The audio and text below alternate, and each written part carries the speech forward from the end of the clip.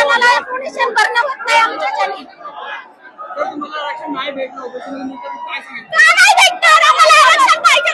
आम्हाला आरक्षण नाही पाहिजे. आम्हाला आमच्या मुलाच्या शिक्षणासाठी आम्हाला आरक्षण पाहिजे आणि आमची मुलं नोकरीला लागावे. कुठलं गाव तुमचं? धाराशिव जिल्हा. तुम्ही परवानगीसाठी इकडे आला हा, कशासाठी आला? आम्ही दादांनाच पाठिंबा देऊन इकडे आला. दादांच्याच पाठिंबा नाही आम्ही. आम्हाला आरक्षण द्या. आम्हाला कशाचं काही लेणं देणं नाही. आरक्षण हे आमच्या जखमेवरची पट्टी आहे. सरकारने ती पट्टी